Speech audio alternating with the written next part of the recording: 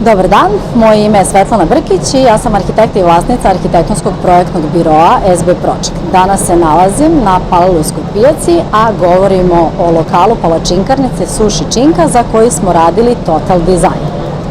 Izazov prilikom projektovanja ovog lokala bila je njegova lokacija unutar pijace, s obzirom da se nalazi naspram glavnog ulaza, kao i veličina samog lokala koja nije veća od 12 kvadrata.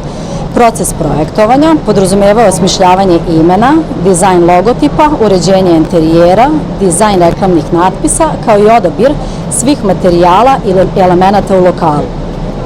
Lokal odiše svetlim i jakim bojama. Kao glavne odabrani su tirkizna, žuta i ljubičasta boja, dok su pult i kuhinje izrađeni od drveta.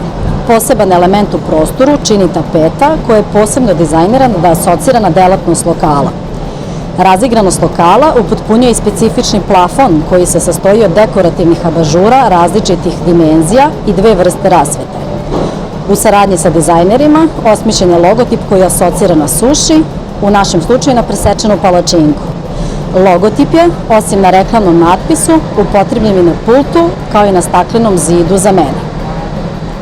Lokal je još uvek u pripremi i uskoro će biti otvaranje, pa prošetajte i zasladite se. A ukoliko vi otvarate poslovni prostor i neophodan vam je Total Design, tim SB Projecta je tu za vas. Pozdrav, do narednog videa!